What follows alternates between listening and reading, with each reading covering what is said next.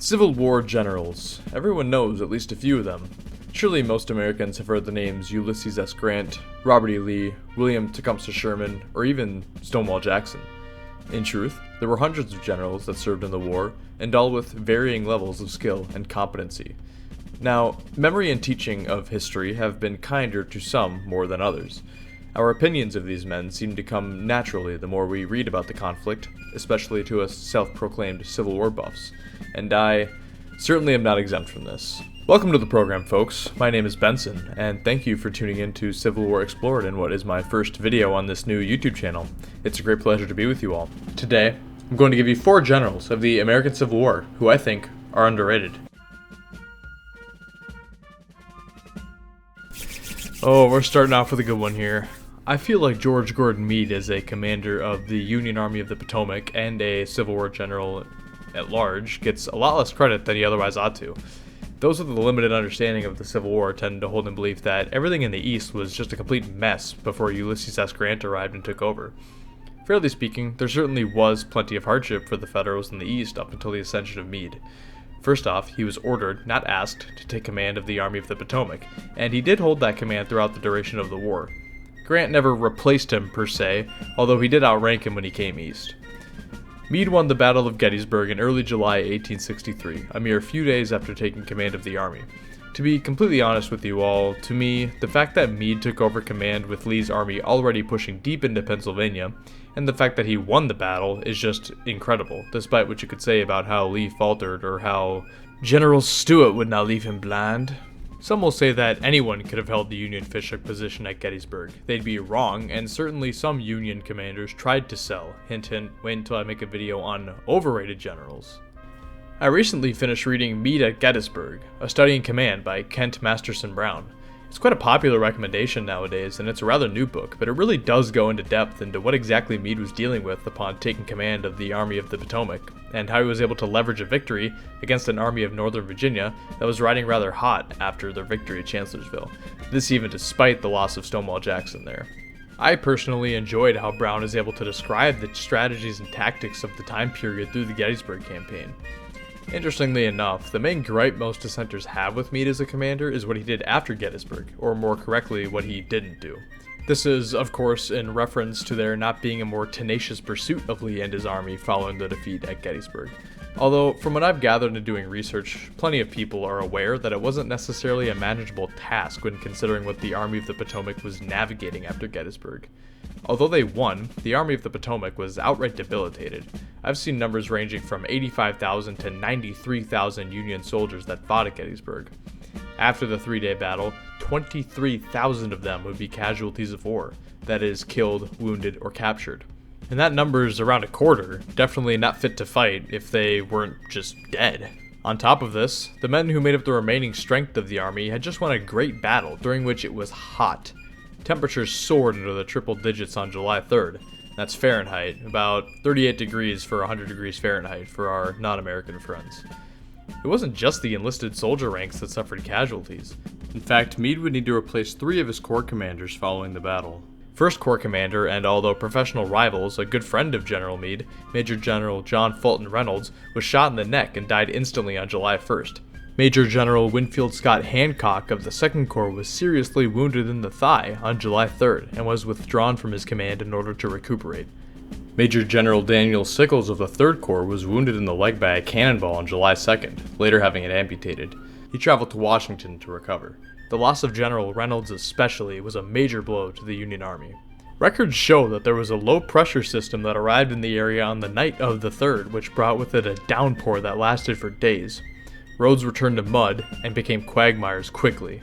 The army had little food for the men, and for the horses and mules required to pull the thousands of wagons. The soldiers could go without proper nutrition for about a week, albeit at reduced soldiering capacity, if you just consider how you'd feel after not eating for a week. The animals themselves could go about 3 days before collapsing. Also remember that Meade at this point had been in command of the Army of the Potomac for less than a week, and had just won what would become the bloodiest battle ever fought in the Western Hemisphere. All of this to say that, in reality, Meade did pursue Lee, just not with the haste that some, especially one President Abraham Lincoln, had hoped for. Here's the facts. Lee's Army of Northern Virginia had stalled on the north bank of the Potomac River due to disabled pontoon bridges caused by torrential downpour and flooding, and by Union cavalry on July 4th. Lee had his army entrenched with their backs to the Potomac and await an attack by United States troops, an attack that never amounted to much. Fighting occurred between the two armies on July 13th as Meade slowly pressed upon the Confederate positions. Federal cavalry under Brigadier Generals Judson Kilpatrick and John Buford had been coming into contact with Confederate detachments throughout the week, culminating in a fight on July 14th, which resulted in hundreds of Confederates being taken prisoner and the death of their Brigadier General James Johnston Pettigrew. The Army of Northern Virginia crossed the river at Falling Waters on July 13th and 14th before a resupplied and reinforced Meade could press a larger-scale attack. So, perhaps Meade was too cautious here. You can certainly make an argument for that. Lincoln himself was upset with the seemingly missed opportunity to destroy Lee's army for good. I just happen to think that Meade understood the circumstances of the moment and the fact that he and his army were in absolutely no condition to do such a thing. Outside of Gettysburg, he's known for his performance at Fredericksburg in December of 1862. In fact, Meade's division is one of the few bright spots, if you will, for the Union during that entire battle. As a corps commander at Chancellorsville in May 1863, he probably could have inflicted great damage to Lee's army if utilized properly by General Joe Hooker, the commander of the army at that battle. But, unfortunately, we'll never know. Circling back, after General Grant came east in the spring of 1864 as the new commander of all Union armies, Meade actually offered to step down from his command if Grant would like to appoint someone he served with in the West in his position instead.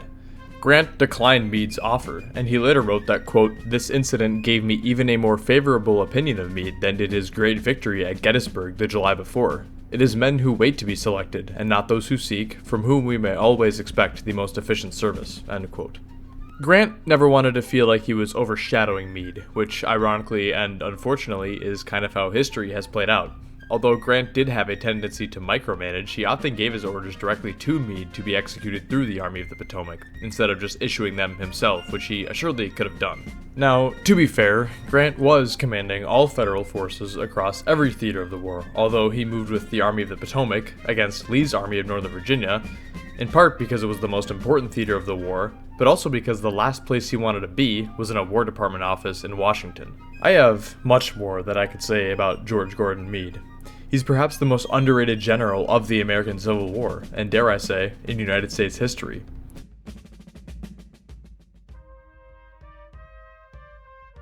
John B. Magruder, Prince John as some called him.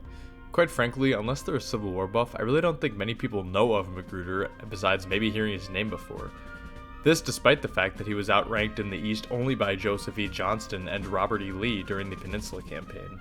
He never wrote any post-war memoirs, which doesn't help with the popularity as we'll see with other generals later in the video, and Lee didn't like him. I don't know if you could say his services were wasted per se, but for my money, he for sure could have played a larger role than he did. I think the most common word I've seen describing him in research and study is flamboyant. He won an early battle of the war at Big Bethel on June 10, 1861 in Virginia against a much larger Union force, although they were under General Benjamin Butler, so take that as you will. The infamous main gripe with Union General George McClellan is his unwillingness to use the army. President Lincoln famously expressed that he would like to borrow the army for a time if McClellan did not want to use it to make battle. Certainly McClellan had a tendency to often believe the enemy's force was larger than his own, or if not, larger than it was in reality. One instance of this stems from General Magruder during the Peninsula Campaign of spring 1862 at Yorktown, Virginia. As the United States troops moved inland towards his position, Magruder strategically shifted his forces around, giving the appearance that he had more effectives than he actually did. Receiving word on this from 4th Corps Commander Brigadier General Erasmus Keyes, McClellan got cold feet and settled in for a siege, a delay that allowed Magruder to be reinforced. Admittedly, his performance was poor during the 7 days battles. His force was a crucial few hours late to their attack at Malvern Hill on July 1st, 1862, as the Union would go on to win that battle. Accusations of drunkenness surrounded General Magruder. However, the sluggish offensive performance and seeming lack of ability to cooperate with his fellow commanders was enough for him to fall out of favor with General Lee, and he was subsequently transferred out west by President Jefferson Davis. What Magruder did when he got to Texas was recapture Galveston at the beginning of the new year in 1863, a little short of 3 months after arriving. The brilliant Confederate naval and land victory saw hundreds of Federal soldiers on land surrender, the destruction of a Federal gunboat, and the capture of the steamer USS Harriet Lane. Galveston, Texas remained in Confederate hands as the only major open southern port until General Edmund Kirby Smith surrendered his army there on June 2, 1865. Shortly after the war, Magruder traveled south to Mexico to offer his services to Mexican Emperor Maximilian, only to return to the United States shortly before Maximilian was captured and executed by the forces of Mexico's restored republic. Now, I don't necessarily think John Magruder is a great general. I simply think his accomplishments tend to be overlooked. He's absolutely not a poor commander in my opinion, by any means. Had he not been ordered to the Trans-Mississippi, I'm certain that he could have been useful in the East. Although, it is important to note that in regard to his relationship with Robert E. Lee, that certainly would have hampered efforts there. For not a very well-known commander, I'm interested to hear your thoughts on Magruder. Let me know.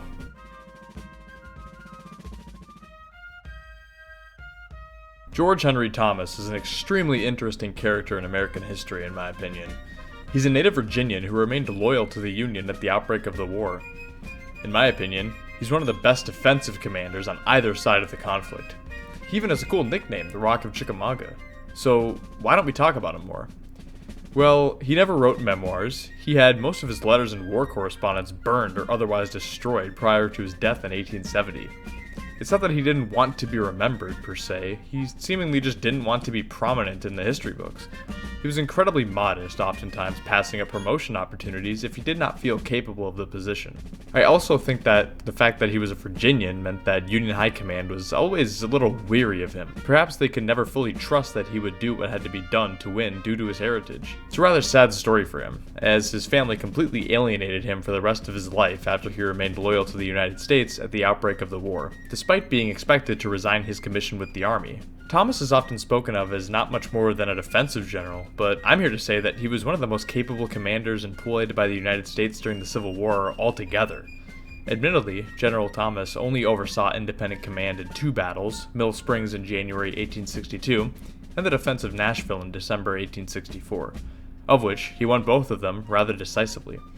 Although his opposing commanders were less than capable, I'd say, Thomas showed an immense capability to be flexible in his commands. His victory at Mill Springs early in the war garnered national attention and morale for a struggling Union. Seeing command in the West under General Don Carlos Buell, Thomas led troops during the Siege of Corinth and the Battle of Perryville, with the latter sparking much controversy. October 1862.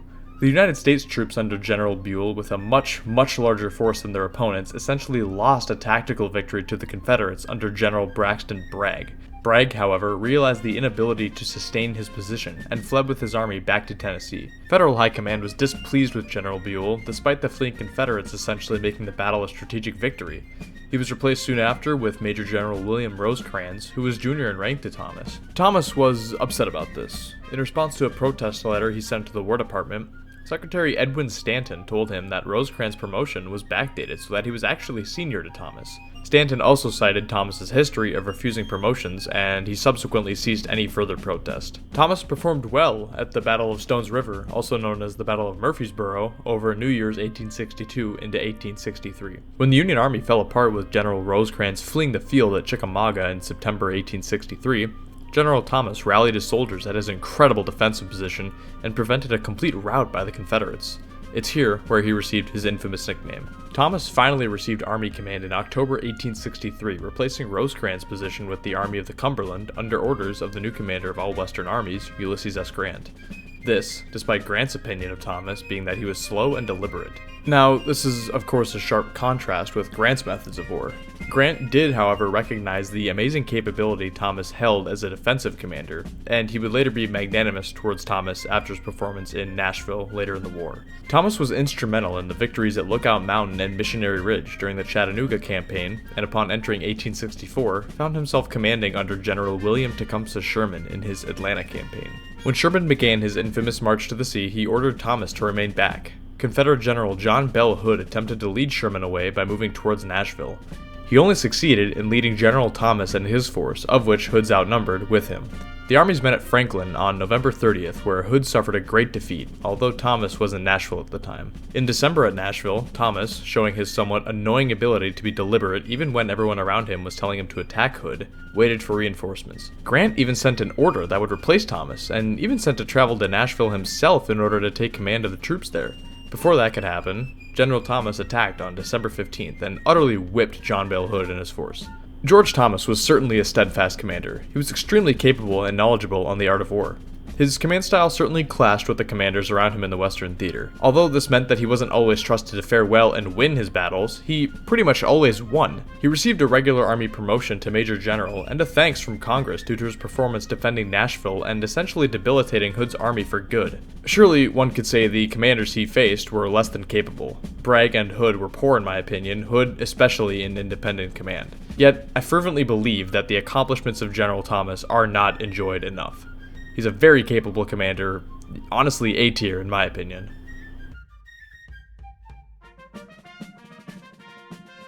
Pierre Gustave Totin Beauregard, the Creole general. Admittedly, he's a well-known character of the American Civil War. He seemed to be at many places throughout the duration. He commanded the South Carolinians at Fort Sumter and the Confederates at First Manassas alongside General Joseph Johnston. Beauregard believed that with his force alongside Johnston's Army of the Shenandoah could make a move northward and threaten Washington just 25 miles away from the Manassas battlefield. Many at this time thought the war would be relatively short. Those who didn't were literally deemed insane. Unfortunately, Confederate President Jefferson Davis thought poorly of this strategy. He believed Beauregard had a tendency to draw up grand plans that lacked logistical and effective support. Davis believed the Confederate armies to be too green for this, that is to say, lacked sufficient training, preparedness, and intelligence on the Federal forces in Maryland especially. It's interesting to think about the alternate history that could have stemmed from this. I mean, the United States soldiers had just turned tail and ran away after First Bull Run. It was a complete mess. Davis just seemed to be cautious about an offensive. Due to the rift between Davis, alongside the Confederate War Department, and Beauregard, the general was eventually sent west in March 1862 to serve in General Albert Sidney Johnston's Army of Mississippi. In my opinion, the Battle of Shiloh is most definitely a low point for General Beauregard, but I'm less vitriolic towards his performance than some historians are. He assumed command of the Confederate Army fighting at Shiloh after General Sidney Johnston was killed on April 6, 1862. April 6th had been a tremendously bloody day. The Confederates had pushed the Federal soldiers back towards Pittsburgh Landing along the Tennessee River. Attacks were called off right around the time the sun went down. Although victorious on that day, the rebel effectives were tired and low on ammo. Coupled this with the shockwave of General Johnston's death and the ferocious fighting at the Hornet's Nest, Beauregard sent a dispatch back to Richmond advising of a complete victory, believing that he could finish off Grant's force the next day. Unaware to Beauregard, Grant would be reinforced by aspects of General Buell's Army of the Ohio overnight, with some detachments beginning to arrive as early as the afternoon of the 6th. With Federal gunboats firing from the river, the reinforcements had the ability to be resupplied at Pittsburgh Landing. Grant began a counterattack on the morning of the 7th. The Confederates had not prepared for this whatsoever. No plan to crush the Union Army besides the general pressing upon them with their backs to the river, and the soldiers had spent their time plundering the evacuated Union camps. By a little after noon, Beauregard, who hoped to be reinforced by Brigadier General Earl Van Dorn, but could not, as Van Dorn's force was still too far away to make any sort of a difference, ordered a retreat back south to Corinth. This, understandably, outraged President Davis. Once the Federal Army pressed upon the railroad hub at Corinth, Mississippi, Beauregard believed his force was not prepared to endure a siege. Beauregard did, in fact, fool General Henry Halleck, commanding the Union forces in replacement of Grant, into thinking that he was going to engage his army. I tend to subscribe to the notion that remaining at Corinth would have just been another disaster for the Confederates. I think Beauregard made the right choice by fleeing, even if it gave up a critical rail hub for the Confederacy. It would have just been captured by the Federal Army nonetheless, and if he stayed, after a grueling siege. This, however, is just my opinion. Disease, the leading killer of the war, was also rampant among the ranks in Corinth. It was all around a losing battle that Beauregard chose not to fight and instead let his army live to fight another day. Beauregard himself took ill following Corinth and chose to go on medical leave. President Davis replaced him with General Braxton Bragg and was rather antagonistic towards Beauregard when he requested to return to service, as Davis and the War Department had never actually granted the medical leave of absence. The battles of Shiloh and Corinth are perhaps the biggest stains on Beauregard's Civil War career. As I said, I'm less diminishing towards Beauregard as some historians are in this instance. I think that once General Johnston fell at Shiloh, the whole thing was bound to become a mess. I think that pursuing attacks on the Union Army once nightfall hit would have created even more of a mess given the weariness of the Confederate soldiers. They'd be going up against Federal commanders who knew that portions of General Buell's army had already been arriving throughout the afternoon, and that they had the gunboats along the river to provide artillery support. Regardless, Beauregard returned to service as the commander of the Confederate defenses along the coasts of Florida, Georgia, and South Carolina. He performed a brilliant defense of Charleston, South Carolina, despite having limited resources. His background in artillery proved vital to fighting off Union naval attacks. Shortly thereafter, in April of 1864, he was ordered to report to Virginia to serve under General Robert E. Lee in defense of Old Dominion and Richmond. He fought the very incompetent Union general Benjamin Butler at Bermuda Hundred and ultimately defeated him at Second Drury's Bluff in May of 1864. This swift defeat of Butler allowed Beauregard to send detachments of his force to Lee, arriving in time to serve in the Confederate victory at Cold Harbor. It was after that General Beauregard had his finest hour. He correctly predicted that Grant would move south to threaten Petersburg, the rail hub that directly served Richmond and supplied Lee's army. He removed portions of his force from Bermuda Hundred, which opened up an opportunity for General Butler to capitalize on. Of course, he didn't do anything because he's a terrible general, and Beauregard successfully defended Petersburg against a much larger force long enough for Lee to reinforce him. This is absolutely not talked about enough in my opinion. He was glossed over for independent commands, of which he desperately wanted, as he was growing tired of his counterparts. In terms of who was chosen over him, Generals Jubal Early to threaten Washington and John Bell Hood to threaten Nashville, I'd personally take Beauregard over both of them. It seems his past performances were coming back to haunt him. Beauregard did eventually accept an appointment to command the Military Division of the West, which by this time ironically had very little military impact and was largely just a logistical role. Remember, Hood broke off from Atlanta to march on Nashville, which drove General Thomas after him. Beauregard remained to fight off the March to the Sea, which was, in my opinion, an outcome written on the wall at the outset. Confederate command was utterly stunned at the brisk pace of Sherman's army, which relinquished its supply lines and relied completely upon the Georgia countryside. At this point, it was essentially an atomic bomb versus a coughing baby. Beauregard was eventually replaced by General Joe Johnston in February 1864, the man he commanded alongside all those years ago when everyone thought the war would be over in a month. This was for the defensive campaign in the Carolinas. Generals Beauregard and Johnston surrendered to Sherman's forces on April 26, 1865. I think Beauregard is a good general. I think that he's an underrated tactician and tended to get a little in over his skis in terms of grand strategy, of which Jefferson Davis would definitely agree with me. I think his combativeness with his counterparts and superiors did him absolutely no good, although I do know for a fact that Jefferson Davis certainly had his opinions when it came to some of his generals. Beauregard and Joe Johnston are very similar in this regard. I think his defense of Charleston and move to defend Petersburg are far too often glossed over and underrated in terms of generalship. As a matter of fact, Petersburg probably falls to Union control in the summer of 1864 without Beauregard. I believe that he was a capable and competent commander who gets discredited more than he ought to. Certainly not perfect, as no commander of troops ever truly is, but underrated nonetheless. Well, there you have it. 4 generals of the American Civil War that, in my opinion, don't get enough credit. If you have any thoughts, questions, agreements, or even disagreements, please let me know in the comments below. Who are some of your underrated generals? I, myself, definitely have more that, for time's sake, weren't mentioned in the video. If you enjoyed today's video, and would like to support future content on this channel, I'd invite you to consider liking the video and subscribing for free. I'd really appreciate it. For Civil War Explored, my name is Benson. Be well, everyone. I'll see you soon.